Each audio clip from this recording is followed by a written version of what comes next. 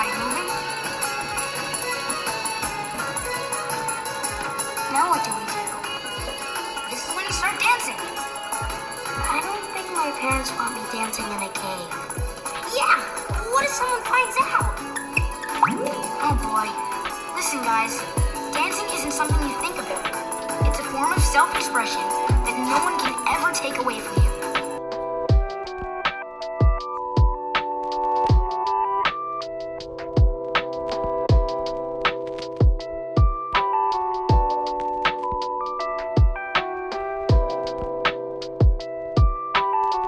Bending, Not Breaking, The Gifts of Imperfection Edition. Episode 12, Guidepost 10, Cultivating Laughter, Song, and Dance, Letting Go of Being Cool and Always in Control.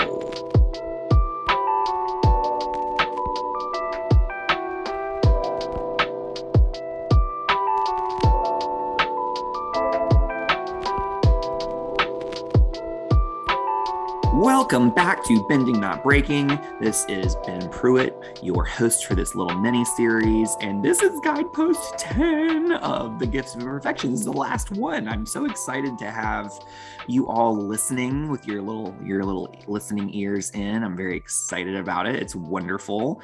And just so you all are aware, if this is your first episode, we're talking about laughter, song, and dance today. And we are kind of going through the gifts of imperfection, one guidepost at a time. And this is our last guidepost. Next week, we will do a little wrap-up episode talking about all of them again, kind of like we did leading up to the guideposts. But for today, we're focusing on Guidepost 10. And I'm really excited because we have a very special guest. And so I would like to introduce Sarah. Sarah is a physical therapist who is currently completing a residency, which involves specialized training and mentorship related to the pelvic floor, physical therapy, and oncology rehabilitation. Her passion for movement, which is why I have her here today, has inspired her creative outlets as well as informed her career choices. And she hopes to move through this work as a therapist and do that so she can empower others to recognize their worth, regain autonomy over their bodies so that they can live their lives without limitations from pain or dysfunction.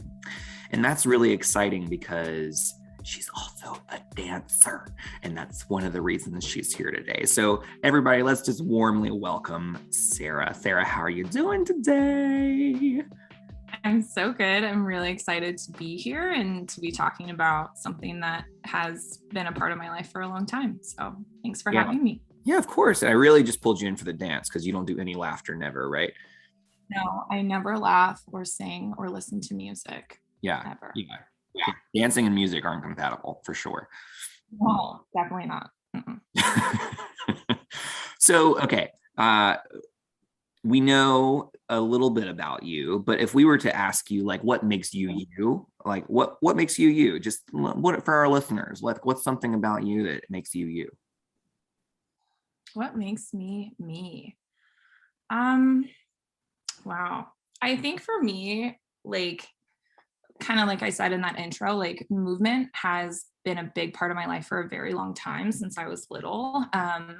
And I think for me, I've always been drawn to connecting with people through movement. So I started dancing when I was very young and just loved the way that it made me feel, but also loved that that was something that I could share with other people. And that's also why I was really active when I was younger. And then with physical therapy, realized oh my gosh, when you're not able to move in the ways that support you, it doesn't have to be through dance or physical activity, but if we're not able to move without pain or move in the ways that support what we want to do and what fills our cup, how impactful that is on our quality of life and who we are. So that kind of is what led me to physical therapy. And I just I was in my intro, I want people to be able to move the way that they need to, and because I understand how important that is to our sense of self. So yeah.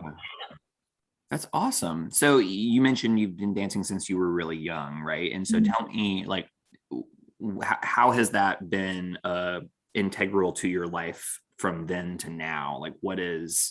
How have you been dancing and continuing to incorporate that into your life? Yeah, so I started when I was really young. And I actually took a dance class, and I stepped away from it for a while because I was a little too aggressive. I apparently pushed little girls out of the way. So um, yeah, so they enrolled me in soccer after that, but I eventually found my way back. And I actually started in like a competitive dance studio, which actually wasn't the most supportive for me. There was a lot of aesthetic implications and a lot of expectations on like what does a dancer's body look like and what does dance look like, and it was very much like aesthetic driven and not like safety driven or comfort driven. And I graduated and kind of stepped away a little bit, but then in college like found some student-led dance groups and like fell back in love, and really appreciated the opportunity to dance because it felt good and not necessarily dance because it had to look a certain way, and to dance to like express things and say things and connect with others, and like fell back in love. And so I've continued doing like little things here and there and maintained connections with like the dance community around where I went to college, and did little side projects, came back and taught, and and anytime there's a dance floor I take advantage of it. So dance hasn't left since, so has been contest at weddings. Yeah. I might have seen Sarah at a wedding or two, getting after it on the dance floor. My favorite. Wedding dance are just a special place for me. Absolutely, it's where all the magic happens. Seriously. Well, so it's great to hear kind of this kind of evolution for you, where you've seen like the shadow side of where you take dance in a potentially harmful direction, right? When it's judged via aesthetic, right? And then how beneficial it can be when it is a form of expression and kind of like movement authenticity. Right? Is that I'm hearing that correctly? Yeah. I think for me, there's nothing wrong. Like there is dance for consumption, right? Like there are kinds of dance, like the reason that we go to ballets and things, and to consume and to watch, and it's beautiful, but that's not all that dance is. And I think sometimes that's what we think about when we think of dance, is it has to be a certain aesthetic, and there's this expectation, and that's not really what dance is. Like that can be dance, but really like dance is movement, and have to look a certain way or be a certain way, and it's going to look different in different bodies. And that's like the amazing thing about it, that it, to me, I think dance is one of the most accessible, same with like music and laughter, it's like one of the most accessible mediums. Like it really is for all bodies. So I'm really excited to hear you kind of put that language to this, because I think that's going to be really relevant when we get to dance later on in the conversation. So let's put a little button on that for now and come back to it when we get to dance, because now I want to like help our listeners have some context about your relationship with the Avatar verse, right? So are you like, do you know anything about Avatar, or are you like, what's your Avatar status? Like, give me like, what's your rank in terms of everything that you've consumed? So I was introduced to Avatar when I was younger, like when it was on the TV. I would say like I didn't understand how much I enjoyed it, and then came back as an adult recently, and like rewatched, never seen Korra, but like went from Avatar straight into Korra, like straight through. So yeah, I really enjoy it. I think it's, especially Avatar, I mean the whole universe, I really enjoy it. I wouldn't say I'm like maybe the top fan, like I haven't rewatched all the things a bunch of times, but I certainly like really enjoy the show and have seen all of them, but have not dived into like comics or books or anything past the Netflix access to the show. Lovely. Well, it's good for everybody to kind of have some context about like what you may not be bringing in. So this is really exciting, and I'm glad that you have these wonderful shows in your little tool belt, right? Okay, so just as again for logistics purposes, get that out of the way. We're Guidepost 10 today. Just that's 149 through 158 in your 10th anniversary edition, if that's what you're reading. And then next week we're wrapping up the miniseries, and then we're starting The Legend of Korra season 2. Very exciting. We've already got some guests lined up for that season, and it's going to be awesome. So can't wait to tune in with you. Which brings us to today. So today we are having the luxury of discussing probably one of my favorite guideposts. It's pretty great. So what I want to do is kind of lean into kind of where we stand with this. So what we've done historically is we've kind of gone through this wholehearted inventory. And I am happy to announce that this is my highest one in terms of spectrum that I have on my inventory. It's closer to like 80% than whereas the other ones are all around like between 40 and 60.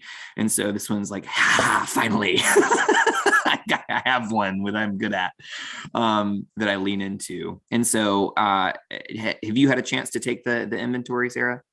I did. And this one also was like, woo, very close to laughter, song, and dance. And same with you. Some of the other ones were kind of a little bit more midline in the scale, but that one I was like, yes. Yeah, like check. Okay. Well, good. So now we kind of like have a little bit of context. We are leaning into this a little bit. There's still room where we potentially could be leaning into it more. But there's also like always probably going to be that little bit of space where we're like, because, sometimes it's an ebb and flow kind of deal where one day we might be really good at it and another day we'd be like, I'm terrible at that. So today we're doing all right with this, like, a little bit higher on the spectrum. So generally, if without like referencing what we like necessarily specifics from the chapter, I'm going to ask you this big question of like, why is laughter, song, and dance, why are they important? To me, I think like laughter, song, and dance are such genuine ways in which we interact with our environment and connect with others. Like when I think of connection, these three elements come up for me. So I think that's why they're so important. And it's like connection with vulnerability added into it. And those are those kind of connection moments that are sincere, like ways of engaging with others and creating relationships. And so that's what I think about for these three things is really true, honest, and kind of scary sometimes connection with others. That's really interesting. So I like, of course, my head jumps to, okay, what are my relationships that I really value?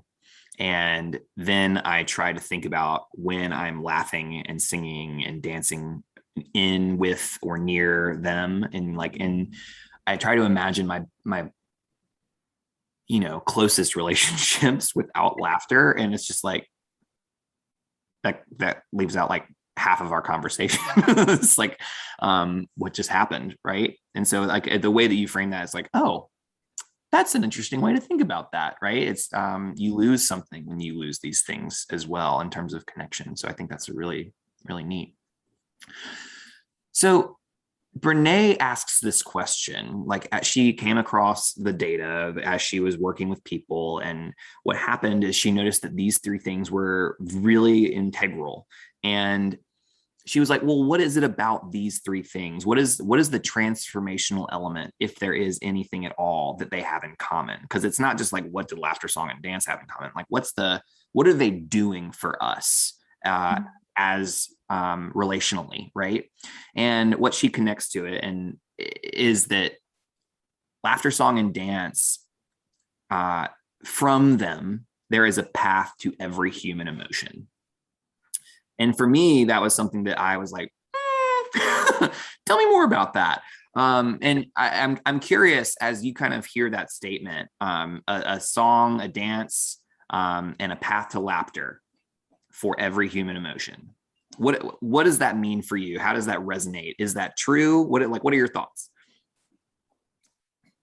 To me, I do feel like it's true. I guess especially for me, like the how large the genre of like dance and music are. I think for me, like there are songs that, depending on my mood, like really resonate with me, like whether it's like the lyrically or just like in general. So yeah, I think laughter is a little bit, I guess, harder for me to think about of it relating, but yeah, I would say in terms of song and dance, I definitely agree with that. But laughter is the one that's a little Because I think I often associate laughter with like joy and, some of those more like up emotions. I don't want Yeah. to say like they're negative, but like, joy, happiness. And so it's that one feels tougher to connect to, like Yeah. sadness or grief. And not that, laughter is a part of those moments, but that feels like a harder connection to some of Yeah. those feelings. Yeah, and I think it's, as I was thinking about it and really kind of leaning into this chapter and saying like, okay, like every human emotion, like really, like we're not looking like true grief and remorse here. But then, I can think about these moments where I I've referenced this on the podcast before, like Debbie Downer for a second. So I remember when my first dog died, and I was like, it was not great. And it was very sudden. It was really, really annoying and frustrating and sad. And I went into this mode of like starting to clean everything. And then my housemates at the time were, also like devastated because they were living with me and living with the dog. And what happened was like we all, like, after I had cleaned everything in the house and couldn't clean anything more and had actually gotten a cry out, we all like kind of just gathered around our table and we, started talking. And then all of a sudden we just all started laughing about these random moments that, as we remembered the things that this dog had done that were super dopey and like, and it's really interesting because it's not when we're necessarily in, as I reflect on this, it's not the moment where we are like sobbing that we connect to laughter, although I have seen people sob laugh. But it's often like a path to, right, not necessarily like it's leads to laughter, which is, so can you think, and you don't have to necessarily share the experience, but is that resonate with you? Is that makes, like, how does that track sound like, and have you had similar experiences? Yeah, I mean, as you were talking, it made me think about, I think a lot of times we feel like emotions have to be like separate entities that this or this. And when you're talking, I'm like, oh yeah, like, I can feel joyous, but also feel grief. Like I can feel Yeah. those things at the same time. And they both have valid space and they both take up space and they're not like competing, so I think unfortunately death is one of those things, like I think about when I lost my uncle, there's even in like the funeral experience, like you are incredibly sad and grieving like the loss of that person, but you're also like celebrating their life and Yeah. like times with them. So it's just, really interesting that we all often forget when we think about emotions that like these two things or four things or 10 things can happen at the same time and impact and don't have to be competing. Like they just exist and are like in our bodies. So yeah. Well, it's like, I love that you kind of lifted that up. It's like, as we have these not competing emotions within us, right? And competing in the sense that, like, often when we are in funeral mode, so to speak, right, we're like, okay, this is grief time, I'm not allowed to laugh. And then of course everybody starts telling jokes and everybody's laughing in the funeral. And then like there's this often this thing that happened, like there are so many movie clips where there's a funeral that happens and then all of a sudden like everybody busts out laughing because of X, Y, and Z. And it's often really uncomfortable, but it's also like, that's real. Right, that's something that happens. And I think that it's just really neat to kind of think about how even those hard things, like, and I can think of so many like times where I've been like angry and I know the exact song that I want to go to because I want to belt it out and be mad. And like, cause I know that the person singing it is mad. Or when I'm like dancing and like, I think of these like clips of people dancing where these people are just like, the clear emotion being sold is like that they are not happy right now. Like, right, have you ever danced out a so to speak down emotion? Oh, all the time. For me, again, because I think I gravitated towards movement, like dance is the thing that I use to process emotions. Like it's the thing that I use to process emotions. It's this thing that I use to express emotions, to say things that maybe I like cannot find the words to say. So yeah, I think every emotion on the spectrum, I have like gone to a dance studio or like in my living room or in my bedroom and put on a song and just like let it out. And in those moments, like by myself. And that's the nice thing about dance too, is like we can share it, but you can also like own it for yourself and like have these moments with yourself to connect. And that's really cool too. Okay. All right. We've kind of done our like, you know, widespread little recap of all these things. This is exciting. And I think one of the things I want to lift up from the book that it directly connects to what you were saying is these things are so rooted in connection. And one thing that Brene says is laughter, song, and dance create emotional and spiritual connection. And the way that she means that is she says that they remind us of the one thing that really matters to us when we're searching for comfort, for celebration, for inspiration. And that is that we are not alone, right? And that other people are experiencing things like this. And so I think that's super neat. And in the same way that we framed it earlier, I think a lot of people believe that laughter, song, and dance are important. I think a lot of people are like, oh, laughter is super important. Oh yeah, music, great. Like dancing, y'all, you do that. That's cool. Right. But like people believe in the importance of it, but like often it's like, but not for me. And oftentimes we take it for granted. And I think what's really neat about this is the way that kind of Brene dives into this is that we are innately social and relational beings. Right. And so what that means is that we are like impelled to share our stories and cultivate this collective ecstasy, which is like, I think when that, like, I want you to laugh so that we can laugh, so that we can be happy. I want and feel connected and be a part of something. I want to sing because this is what's coming out of me and erupting in my body. And I want to dance because this is what's making me feel like me. And in order to feel like me, I need to have connection with someone else. So that's really, really beautiful. So as you hear these things and as you potentially read the chapter, like how did that land for you? What was that like to hear?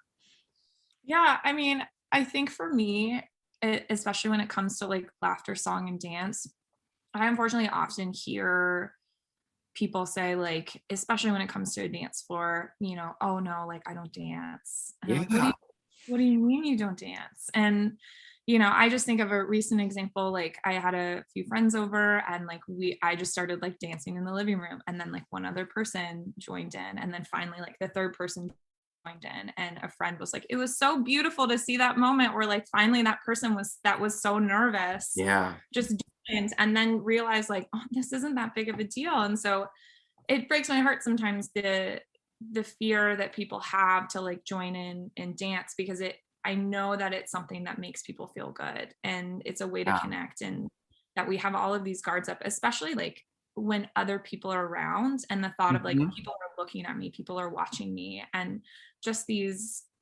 expectations of judgment and these like thoughts of judgment, and I'm not good enough or I'm not dancing good enough, when it's like this isn't a stage, there's no judges, this isn't like there's no ranking or points, like, you know, it's just interesting that we go towards that. But it is like to use our bodies and to move in front of others, like I also recognize is a very vulnerable experience, like to share the way that you move, because like it's your choices and it's your body, and it's almost on display, but not in a way of judgment, but people feel that way. So I understand both. Like I just, you know, I understand it's scary, but also it just, when you finally let go, how good it feels. You know, I like to help people get to that point, but it's hard, you know? Yeah. I mean, it's so hard, and we're definitely going to dive into that for sure when we get a little bit more into dance. Right. But I really love the track that Brene takes in going from like laughter, then song, and dance. And the reason that I think it's so beautiful is she has this analogy that she doesn't use in the book, but I've seen her use it in her talks, is where, you know, she starts by like all right, everybody, I want you to act out what it's like to laugh. And I just want you to look at each other and laugh and see what happens when you look at each other and laugh. And all of a sudden, everybody in the audience turns towards each other and then they start laughing. And it starts with like, ha, ha, ha, ha, and it goes into this like, tee, and then all of a sudden people like start actually laughing and they're laughing. And it's really cute and it's really fun because they all start laughing, and some people go into like knee slapping mode and some people are just like and really just kind of reserved and laughing, and then she's like, okay, pause. That was a great movie scene, thank you for laughing for my movie. And then, all right, for our movie our next scene is we're all going to be singing this song. So she starts singing, everybody starts singing. And some people are like swaying to the beat and like singing the words and like getting into it, and then some people are just singing and not moving at all. And then she's like, pause scene, okay, great, now this next scene we really need you to dance into this. And they all start dancing and they all start like getting it, and like their whole bodies are moving. We see the toe tappers and everybody's dancing and they're moving and their whole bodies are involved. And then she says, pause. For this next scene, I want you to look cool, calm, and collected. And what happens is the entire audience adopts this posture of closed. And they go from open, wild, from dancing. And the evolution of like laughter, a little bit of body, song, a little bit more, and then dance, like whole body integration. And then cool was full shutdown. Because what they did was they crossed their arms, they put their hands in their pockets, they looked down, everybody shrank. And the way that she labels that, she says that being cool and being in control is an emotional straitjacket. And so tell me about how does that kind of land for you? What are your responses to kind of that? I feel like it's heartbreaking that somehow like this standard of being cool and fitting in means making yourself smaller. And like, I don't know, like taking away essences of you is how you are cool. And like there's so much to say about like closing yourself down and crossing your arms and not making eye contact. Like, what's interesting too is those are often things that like those are signals that close off connection. Like if someone comes across and you're looking down, like you're like putting a door in front of yourself of like, I'm not open to connection. So it's heartbreaking to me that what's desirable to be cool and to be fit in, it is inherently cutting yourself off from one, expressing yourself and enjoying like existing, and two, preventing others from like enjoying your presence and enjoying your existence. Like that, it's heartbreaking. Oh, and it is, but it's also one of those things where like I totally get it. It's so like I am like, oh yep, I don't want to sing with you right now. Laughter is not safe. That will make me look a certain way, and this is not a space where I feel comfortable looking that way.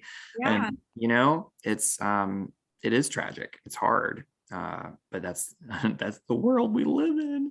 But it doesn't have to be, right? It doesn't have to be. All right, so let's touch on each one. Let's dive in just a little deeper into each one, and then we will probably be done by then once we dive into each one. So, laughter. Let's start with laughter, kind of like Brene tracks. And we've talked about it already a little bit, but she kind of describes it as this spiritual form of communing where without words we say, I'm with you, I get it. And to kind of put language to what we were describing earlier, where like laughter seems a little bit counterintuitive when we're experiencing these quote down emotions. And the way that she kind of mitigates that is she describes what is called knowing laughter. And knowing laughter is this kind of laughter that she talks about that helps us heal, especially from shame feelings, where it's not laughing at, right? It's not like that sucks for you, which, that is a form of laughter, but that's not the laughter she's talking about. Knowing laughter is the embodiment of like relief and connection that we experience when we realize that when we're like not alone. So what is that, when you hear that, what is that like for you? And do you have any examples potentially where you have experienced this idea of knowing laughter? Yeah. For me, like as you were talking, what I think about is like when I share that kind of knowing laughter with a person, I almost like that's like signifies to me that we've become closer, or that we've like gotten past the barrier of like, I don't know how to act around you. I'm not sure where we stand. So, I just recently moved to Pittsburgh and didn't know anyone here. And, I think about for my roommate, for instance, like kind of awkward at first where we're like, how do we navigate sharing a space with someone we don't know very well? And then slowly, like, I think about these moments where we were like in the same space and then we started chatting and then like started to have laughter. And now I think about our interactions where we're now very comfortable with each other and like laughter fills our moments more and more. And so that's what I think about. And there's other people here that we've shared more recently, like this moment of laughter. And now like I notice even more so, like there's more physical contact, there's more comfort, there's more engagement with one another. So that's what I think about, that it's almost like when you get to that point, it just signifies like a comfort level. And it almost like, then for me, I'm like, oh, like we've established this relationship and this level of comfort. And that's really exciting that we've, up to this point that you feel safe enough to like laugh with me and to engage with me. And that now we like, it almost opens up for other things, like other kind of interactions and comfort levels. So the example that I keep thinking of is, I imagine myself in like work meetings where I know I have a problem with what was just said, and I immediately make eye contact with someone who I've had the conversation with, and I look, and then all of a sudden we start giggling because we know exactly what the other person's thinking, right? And that's like, okay, like this is a moment where like, okay, they get me. They know that I have trouble with what was just said, or they know that like that made us think of the exact same thing. And it's those moments are just like, I literally, when I described it, I just felt like my chest lighten up. I felt an opening almost of where like it was this release of tension just thinking about it, right? And I think that's what makes laughter so cool, right? And that's what this knowing laughter does. And again, I wanted to just put a distinction between like, it's also not like two people laughing at something else, right? It is two people in recognition of one another laughing with, right? So when two people look at each other and see something that makes them laugh, that is like they're laughing at that thing, that's not the same. And I don't think that has quite as much connective element as potentially what this self-described like knowing laughter does. Does that resonate with you, or do you have experiences that are counter to that? No, I mean, that resonates with me. And I think it is important, and I'm glad that you brought up that distinction, because laughter can also be harmful. Like laughter can be a tool for shame and a tool for, I know you've talked about this in previous podcasts, but a lot of times like people connect through shame or connect through like negative experiences. And like, sometimes it feels easier to connect and to have a connection over something that's negative or harmful. And, laughter can be really harmful. Like if you're directing it at a person or at someone's expense, like that's not true laughter. Like that's using laughter like as a tool, but for not its intended purpose. Like you're using something to make it seem like it's lighthearted and forming connection, but it's kind of false connection, because like, at whose expense are you creating this connection? And that's also the reason that like self-deprecating humor and humor as deflection doesn't create as much connection as this knowing laughter does, right? Because self-deprecating humor is at my expense, right? Or at the person who's doing its expense. And when that is true, while it might, lighten the mood in the room, it's still not the same in terms of its connective, holiness, so to speak. Yeah. But it's interesting that you mentioned like after those true laughter moments, you feel lighter. And for me, in those moments of laughter, like for self-deprecating humor, like I don't feel lighter. And I don't feel the relief of tension. Like it like sits heavier with me. So when someone makes self-deprecating comments and laughs, like I don't, it makes me feel tenser. Versus when we're truly laughing together, like I do feel lighter. So I think those are like bodily experiences for me of if this is like a true, knowing laughter moment or not. Because I don't feel the same way after those interactions. Yeah. I think another way to frame it that I'm kind of marinating on as we speak is, I think anytime laughter helps someone be seen, it carries that connection, right? And I think that, again, when I make eye contact with my coworker in that meeting, I see them and I know that they're looking at me, and I'm like, okay, they see me, right? And in a way, it's the laughter is almost the result of that relief, right? It's like, okay, thank goodness, like I'm not alone. So yeah, I think that's really neat. And then I love this Amlamot quote that Brene finds and uses, is that laughter is like this bubbly, effervescent form of holiness. And I'm just like, yeah, I want that. I want to be effervescent. Yeah. Well, and so again, this is an Avatar cast, right? And so here's the deal. Like, there are so many moments where the characters in the show are laughing with one another. But I also recognize that there are so many elements where, since we are in relationship with the show, a lot of times we experience this knowing laughter with the characters, right? Even when they aren't potentially laughing. And I think of all these moments that exist where, name the most common laughing moment in the show. Like, there's so many, but like one of the ones that comes up is like Zuko in season 3, where Sokka's like pouring his heart out and saying, Yue turned into the moon, and your boy is like, that's rough, buddy. And it's one of those things where, like, in that moment, like, why does that inspire this laughter, right? It's because we've all experienced someone who responds like that. Yes. And it's like this like form of like, we're with Sokka in that moment. We're like, oh, well, that I've been there. yeah. And it's also, we're with Zuko, where we're like, oh no, someone just unloaded hard on us, and all we can say is that's rough. And it's like, there's this moment of like, oh, I totally feel both of you in this moment. And so that's one that comes up for me. What's a moment where, when you were watching this show, you were like, oh my gosh, I can't stop laughing? And then, like, let's talk about it and figure out why.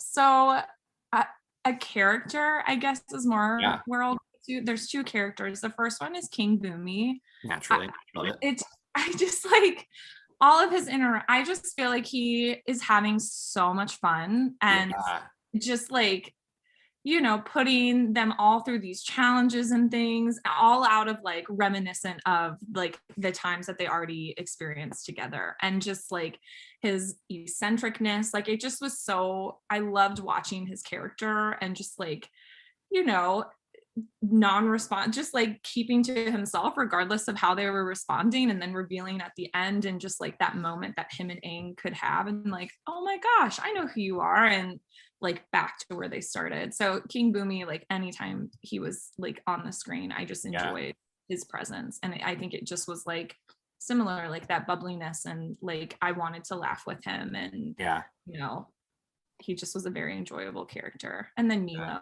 but also Milo. I loved him so much. Well, it's interesting you lift up King Boomy, because like, though I have never been to Kangaroo Island, I remember it being really hopping, right? And it's just all these like super punny jokes that he drops, where the trio is just like, I'm not in a space where I can laugh at this with you. And it's so interesting. Yeah, well, and that's interesting because like thinking about empathizing with the characters, it's like, okay, this guy's like making jokes, but like I don't know if I can trust this guy, and like I'm Mhm. scared and I'm worried for my life. So they're not laughing, but Mhm. for us, we're like because these are funny jokes, and it also is like signaling for us as like a third party viewer of like, okay, this guy's like he's interesting. He's Mhm. giving us something to laugh about, which means potentially not like the villain here. Um, Mhm. and I find that really neat because I think what I find so endearing about King Boomy is that he continues to make these jokes, not based off of everyone's reaction, but because this is what he wants to do. This is the Mhm. way he wants to exist in the world. And Mhm. I think that's what's so beautiful about King Boomy is it's not dependent upon others. It's like he is belonging. He's not trying to fit in here, right? And I Mhm. think that is what makes us capable of laughing in that moment with him in a way. Mhm. Is that like, and I don't want to put words to your experience, but that's kind of my experience. How like is that, does that resonate with you, or do you experience it another way? No, it does. I think similarly, like something that I loved about him is, like you said, like he just kind of stayed true to himself and the way that he navigates the world and the way that he like sparks joy for himself. Like Yeah. it just was nice to experience. And I think oftentimes we don't see that as much. Like we see the opposite, where people hold back based off of like situations and don't allow laughter or joy to come into Yeah.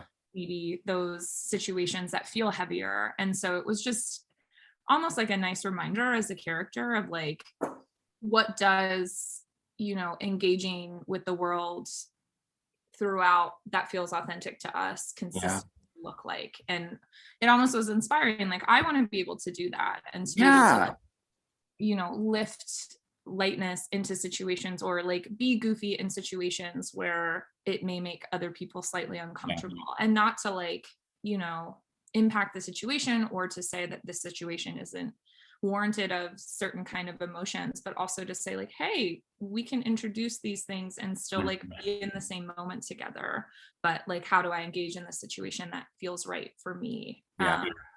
So yeah, that's why I loved his character, and I think it was more a reminder like I want to be able to do what he does consistently.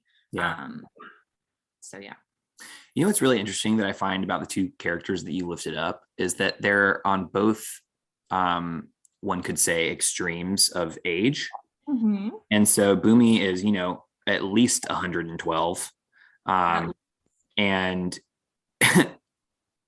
we have Milo, who in season 1 of Korra is like 6. Like I don't know exactly his age, but um, I find it intriguing that children in particular are really good at embodying like them being themselves without worrying about comparison yet, without worried about what the rest of the world thinks. And Milo is like, hey, can I have some of your hair? And hey, farewell, beautiful woman. And he's saying things that we're all like, yes, I mean, Asami's great. Like, and then, but he's like, I know I'm gonna say it out loud in your face and ask for your hair. And it's one of those things where like it makes us love the people who are what we would say so courageous, right? It also a little creepy if an adult says that, but it's one of those things where like when we see children doing those things, we're like, man, they are so vulnerable and in love with the world, and they are living their lives without fear. And it's like, that's why I love you. And then we unlearn it. Like, that's why we like these children. And then all of a sudden we're like, no, as an adult, I can't do that. Right? Mm-hmm. And then as we get older, hopefully, fingers crossed, we begin to kind of like lean into like, I don't care what the world thinks anymore. I'm going to be me because I'm me and I don't deserve to be me. And then there's this kind of thing that comes with older age where there is less worry, often, Yeah. always at all. And so I find it interesting that you happen to name two different sides of the spectrum. What are your Yeah. thoughts on that little rant there, if any? Well, I mean, it's true. And, it's, to me, it's just really sad that at some point in our lives, whether it's, the environment that we're placed in, who our parents are, but we all like almost lose some of that like childlike interaction with the world. Yeah. And, you know, the way we interact with others, and we start to like change the way we interact with certain groups of people, and we start to change the way we interact with others, and you know, how we build connections is different, and then it comes back as we age. And it's just really interesting to me to like, what about this, you know, this middle part of our life that impacts that? And it's sad to me, you know, like, why do we lose that? And like, how do we, you know, maybe remind ourselves to get like go back to that, because it is like such a joy to participate in and to be around. And you know, I think of like my grandma, who like literally like doesn't care and like does what she wants and says what she wants, and like doesn't have, you know, isn't like rude, but like just is like, this is me, and regardless of who's in the room or where we're at, like I'm gonna enjoy myself. And it's inspiring. And so you know, it's almost reminders like, how do we bring that back and not wait until we get older and then start to bring it back? Because there's a missed opportunity, I think, a little bit in midlife, like of keeping joy. So well, there's this moment in midlife where we realize that pants are an illusion, and so is death, right? To quote my favorite who in Atla. Anyway, there's a lot of other moments where there's so much laughter, but I want to make sure that we hit all of them. So I want to move on to song now. And Brene kind of goes into this lovely concept of like we have this soundtrack to our lives. And I totally thought, as soon as she wrote it, I was like, oh, that's so true. Because I can think back to these moments throughout my life where like, okay, how would I describe my life in this year? And I was like, that was the song that I heard all the time, whether it wasn't even always me playing that song, but it was so iconic that it just became that. And, you know, not everyone's passionate about music. As a music major, I can both like be like, what? And also I get it, because I don't listen to as much music as I used to. And it's because I'm constantly engaging audiobooks and podcasts, but I always come back to music and I'm like, why have I been leaving you? Why have I been without you for so long? But again, like one of the things that Brown claims in this book is that what is universal about music is its capacity to move people emotionally. And so as a thought experiment, what she does is she describes watching this video of one of her favorite movies and then watching it without the music on like the director's cut. And I imagine some of you can at least find a couple of scenes on Google. And I challenge you all to who are listening to try that, to go find one of your favorite scenes and see if you can find it without music and see what the difference it carries with you in an emotional way. Because I imagine it will feel pretty flat and like there's less anticipation. There's without that music, it just feels factual and not emotional, right? So I want to hear about a moment in your life, Sarah, that is, and then what was the soundtrack to that moment? So what's really interesting is like, for me, less of like moments in my life, but like people in my life. I love it. So yes, there are certainly songs that like match my mood, but like when I was thinking about music, and for me, I think about like songs that remind me of my relationships with other people. And maybe that's again because I've moved quickly, but you know, for instance, like I've noticed in the past like month or so that I'm listening to artists that my parents really enjoy. And, you know, as a way of almost like connecting with them, even though they're not physically there. So for instance, my dad loves James Taylor. And it's like I've started to play more James Taylor, and it almost like reminds me of them and like of moments when I was with them. Or another one with my dad, we used to dance to Usher's Yeah in the car. Which every time it came on, and we would just like, you know, you can't do much in the car, but like just arm choreography. And that like, you know, now I notice I'm playing that song more, which like gets very old, but like occasionally when I play it, I think of them, or, you know, so that's what for me I've thought about more with like music and connection, is that a lot of times music can remind you of people or like shared experiences, and also like how much like that music informed my interactions like Yeah. those people, and like how much that like music just in a car, for instance, like added to that experience where like we were just sitting and then we were connecting because we started to dance and sing like together in the moment. And what would those moments look like if that music wasn't involved? Yeah. But yeah, and like to talk about your experience, like the experiment too, like I actually did that as like a psych project in high school. Oh, And cool. then I added different songs. So I also took the music away and then added different songs, and it just was amazing like how much it sparks mood. So for instance, like, you know, the Sarah, I don't know if it's Sarah McLachlan song, like with the animal. I will remember you. In high school, I like took it away and added "Who Let the Dogs Out." I'm like, it totally changes like your, you know, your view of it. So it is just like so fascinating to me how much like bodily response and emotional response we have to music and in moments. So yeah. Let your love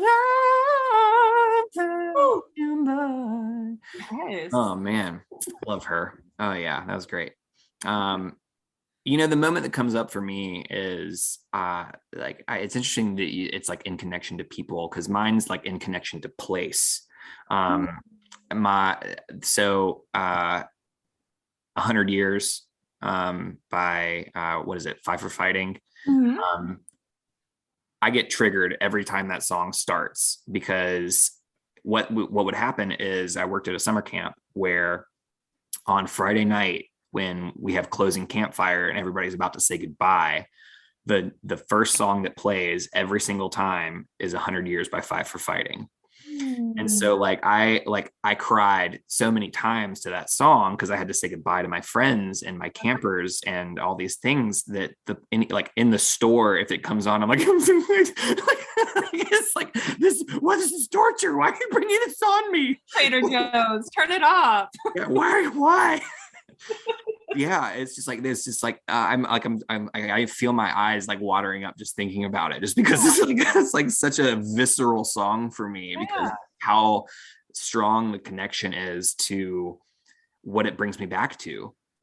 And it's really fascinating to think about like what are those songs where you hear the first note of it and all of a sudden you're like and of course, I think all Avatar fans have at least one of those.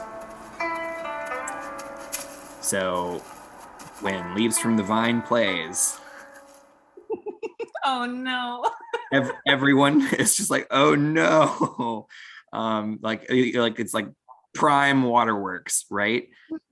And I think that's just such a visceral example of like Iroh is singing out of grief, right? And singing out of not just grief, but out of gratitude, and out of like, there's so much emotion that is coming through when Iroh sings, when we're just like, oh.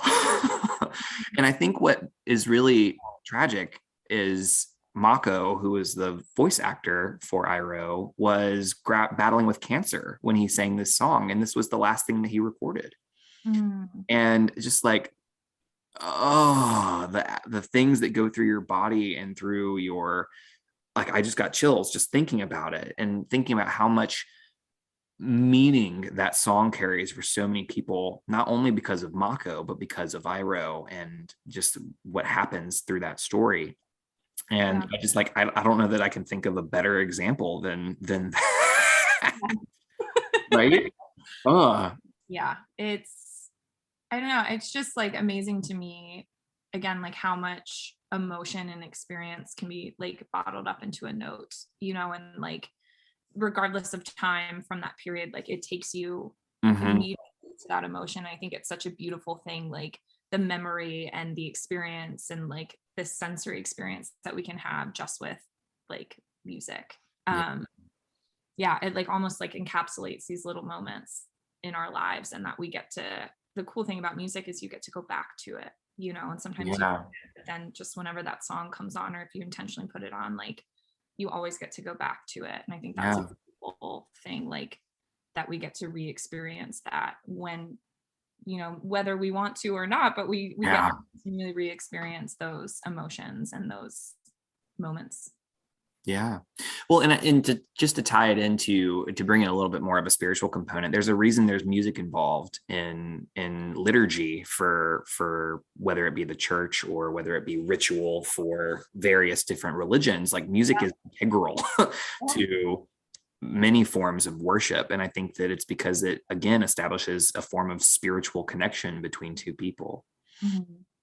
And I think it's worth kind of tying this back into what you were saying earlier about dance, because I think it certainly applies here as well, is that often when we think about singing, we think about like consumption, right? This is something that I'm going to do. And if I can't make it so that it's consumable by the masses, then it's not worth doing. And that's not what singing's about. Singing is a form of putting you out into the world, right? And being yourself and singing not for other people to hear, but for you to experience. Mm-hmm. Right. Yeah. It's just, there's so much, like, I went through years of voice training, and I found that being a voice student was more therapeutic for me than sometimes at least, my therapy sessions with a therapist, because I was learning how to embody my experiences. I was learning to communicate through my body, whereas I am so often in my head that I'm super able to put language and to talk about my emotions, but it's really difficult to do my emotions. And when I was in voice training and I was singing all the time, I had to lean into my experiences in order to communicate the lyrics of these really often, tragic songs. And like these, sometimes they were comedic songs, sometimes they were like just various emotions I had to communicate. And through embodying them and practicing and like tapping into my memories that would help me lean into this emotion, all of a sudden I was like having this embodiment of things that I had never been able to embody before. Mm-hmm. And so I think that, again, it's less about making your voice consumable and more about like you putting yourself out and embodying the feelings that you're experiencing. Mm-hmm. What's your favorite thing to sing? Oh my gosh. See, that's interesting because it depends on it depends. I really struggle when people are like, what's your favorite song or what's your favorite whatever? I'm like, I have so many depending on like Don't reduce me to one song. How dare you?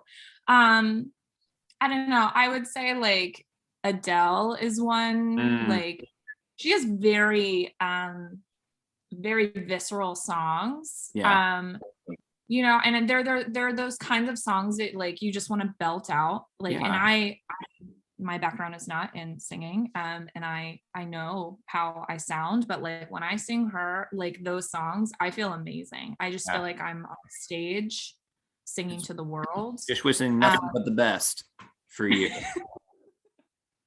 But yeah, I think it just depends like on my mood. But I would say Adele, Lizzo, I love to sing for different reasons. Like that, I'm just like embodying different emotions. But yeah, I really enjoy singing. Sometimes I just sing my own thoughts, or like I've been called out. I have a coworker that does that all the time. I've been called out recently. Sometimes like if something negative happens at work lately, I've just like sang my response. Yeah.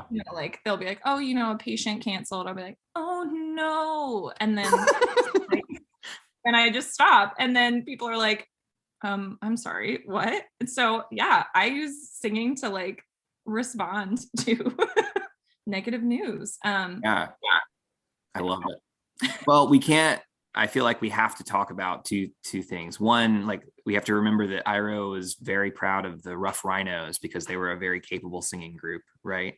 And like I'm sure that while we never got to hear their performance, I trust Iro's wisdom here, right?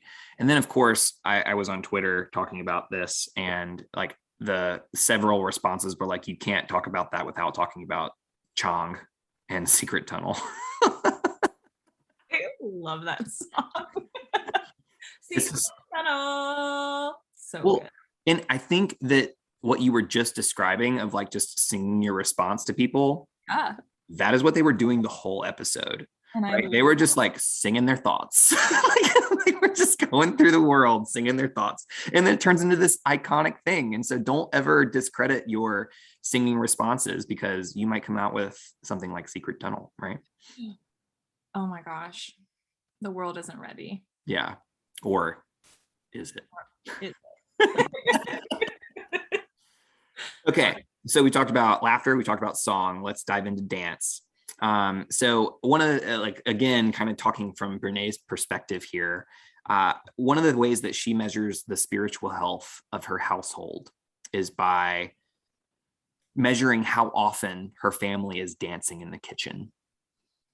And one of the things I really appreciate about this is that after she engaged with this work and figured out that, like, okay, this is a guidepost to wholehearted living, she was like, oh gosh, we have to do this more. And so what she did is she created this ritual where after dinner, they turn up the music and everybody cleans while this music is blasting. And it just naturally leads to them dancing in the kitchen. And I'm like, I really want to just point people towards the episode on ritual that we did with Casper ter Kuile. It's season 3, episode 2 on the headband, which we'll probably talk about soon anyway. But it's really important to think about how ritual can help us lean into these guideposts. And so I'm curious for you, Sarah, what are your rituals around dancing, if any? Like, do you have any like things that help you, like, okay, it's time to dance today? Like, what are the, does that make sense as a question? Yeah. So growing up dancing, of course, like, coming to the dance studio and things, but I think more about ritual of like experiences with my family. So for instance, when we were all living under the same roof, we would often do like movie nights. And every time like the end credits and the music would play, like I would get up and just start like dancing to it.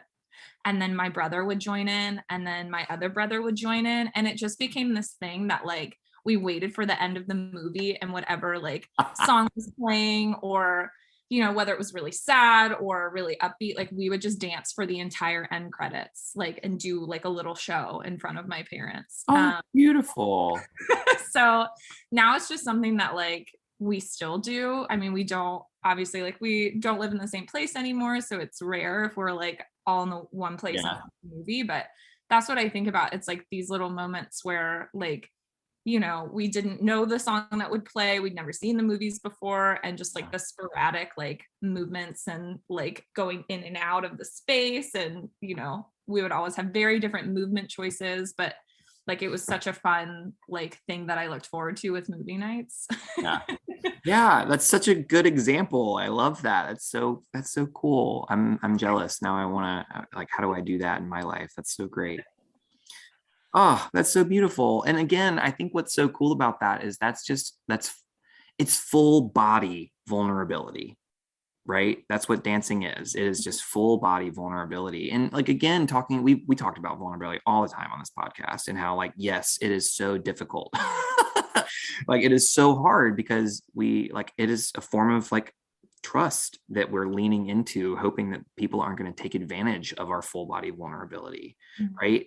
I would say dancing is the equivalent of sharing a secret with the world, right? While we hope and wish it didn't have to be a secret, right? Ourselves, often when we share something with the world via language, we are giving them the tools by which they can use that against us. And it invites this capacity for betrayal, right? When people make fun of or point at or do things to laugh at rather than laugh with, when we are putting ourselves on the line through our full body vulnerability, it shuts us down and makes it so that we can't do that anymore.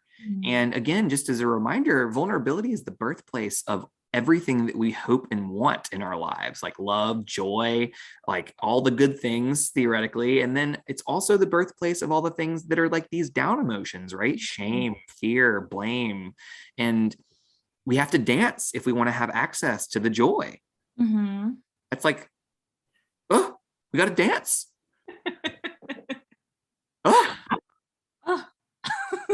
yeah. So joy, y'all, dance dependent. Mm-hmm. Think about that. And gratitude dependent, but we already talked about that on a prior episode.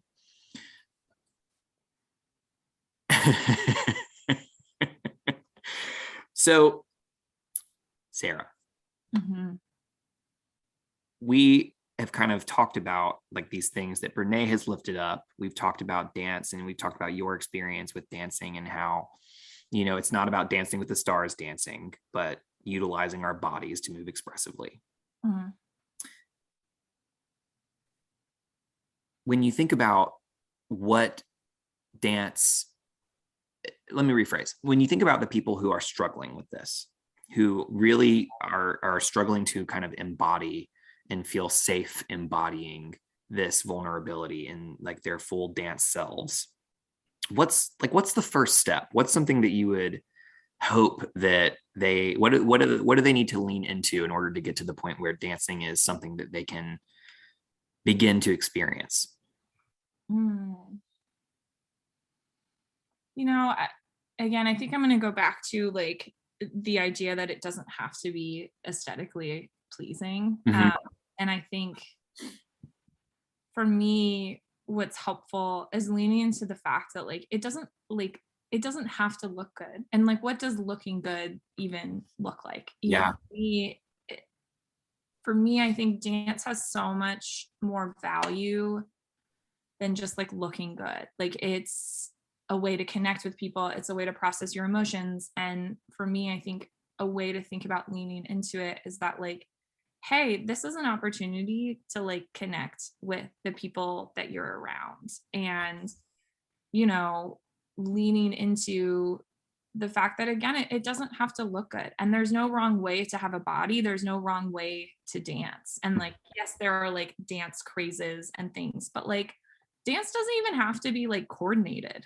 Yeah. It doesn't have to be rhythmic. And, you know, and it may be like, can you find people that you already have that level of vulnerability with? Like, do you have people in your life that you've laughed with or shared songs with, and almost that as like, you know, a step ladder, so to speak, of like, you have that experience. Like, can we lean into those people who already make you feel safe to like start that process? Because sure, if you're in this room where you don't know anyone, like there's less opportunities to feel safe. But if you're starting those experiences with people that you have already have this level of vulnerability or safety with experiences, can that make you feel more comfortable? Like maybe it's in your living room, maybe it's in a car, like maybe you know it's waist up, like and use those opportunities like with people that you've already established that, and then hopefully it leads to more and more comfort level with wherever you're at, and regardless of who's in that space that you feel comfortable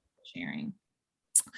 And I love that you're pointing to this, because you mentioned this earlier too, talking about the ability, right? And I would say that dancing is not dependent on your ability.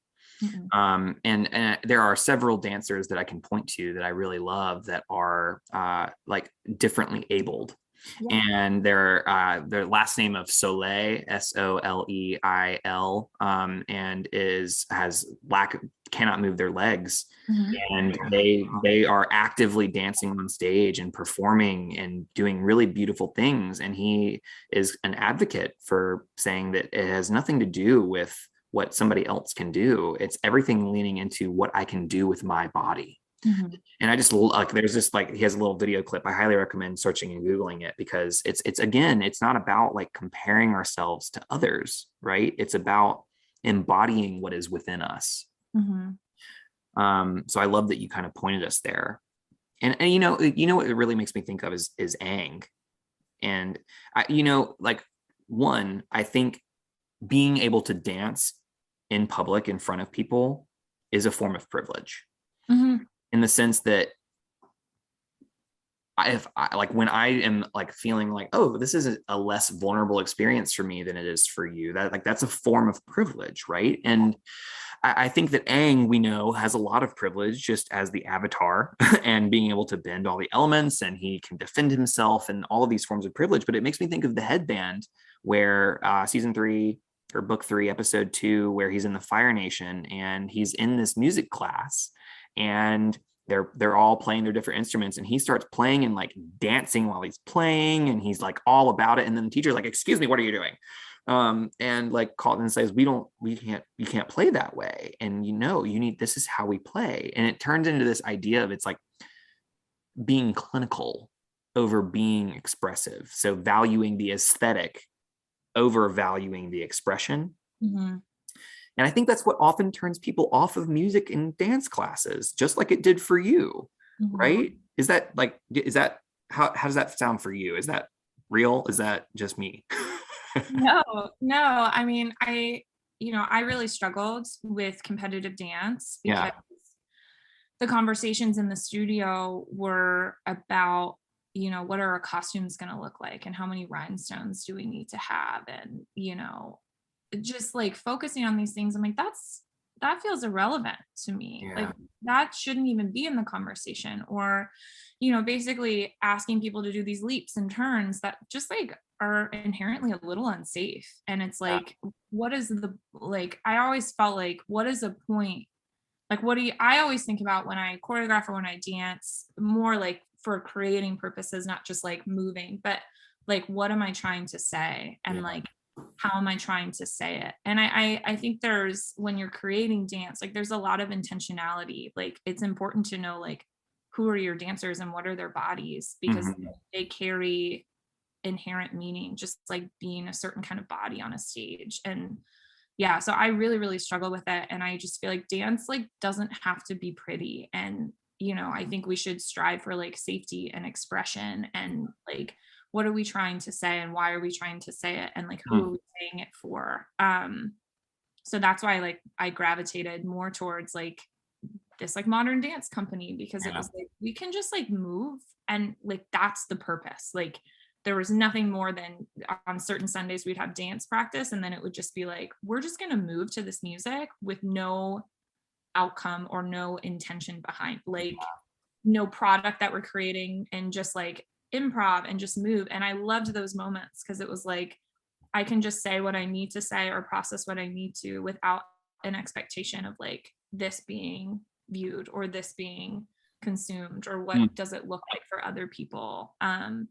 And that's what I like to think about with just like dancing on wedding floors or things like, an opportunity, like who cares what it looks like, but just to share it with others. But like you said, I do recognize a level of privilege. Like, I do have dance training, and I understand that for me, like I have a level of knowledge of dance that makes it easier to access, right? And to play with, because I have that experience. Maybe similar for you with music, like you have a level of knowledge that then you can play with music more, or you enjoy certain nuances because of your knowledge. So I do recognize the privilege in that, but also it is accessible, and like, we're drawn to rhythm and music and dancing as like little babies. Like, that's how children explore their environment, is through movement.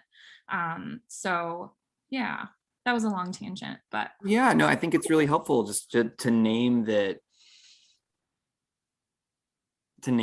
right? Just because I think it's helpful for everybody who's listening to it, and being clear that this is something that we can all access, and those of us who feel safer in certain environments are more likely to tap into these things. So if safety is an issue, that's like the first priority, right? And so how do we address that? And just name that is a factor in our capacity to engage in these things, right? And I just think that's so helpful and so important. And,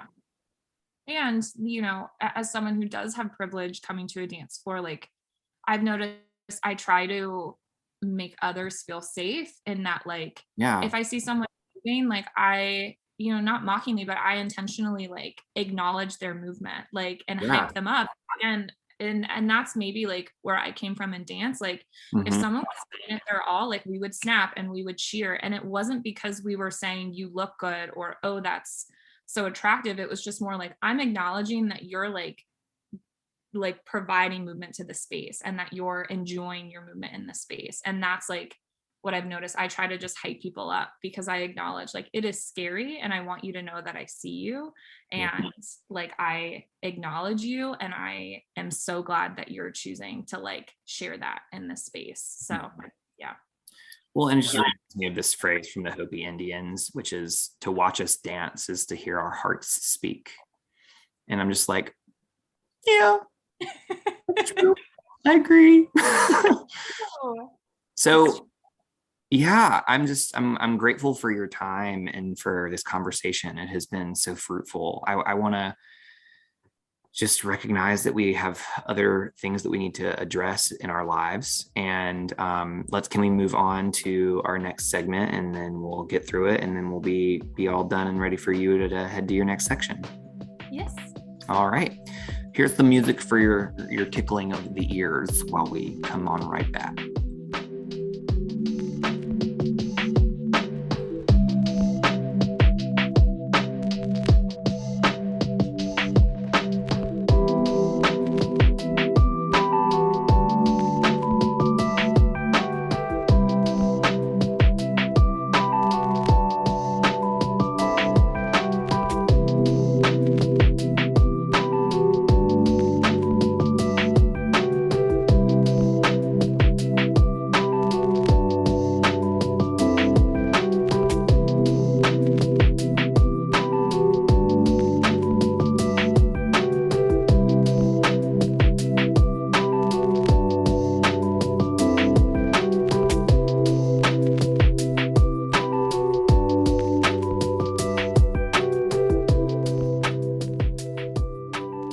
All right, so now we're diving into the final product of the the endings segment of our podcast with DIG, D-I-G. And so Brene kind of forms these as get deliberate, get inspired, get going. And so the question is like, what are small ways that we can begin to set intentions around incorporating these ideas from laughter, song, and dance? And so Brene says like, turn on the music after dinner for family cleanup, or dancing and singing as a ritual. And you've kind of already given us this capacity for your ritual. Do you have a suggestion for people to like, how do you want people to form and cultivate these rituals at home? I mean, I think potentially starting with yourself, like, yes, it is a way to form connection, but I think it's a way to connect with yourself as well, not just with others. And so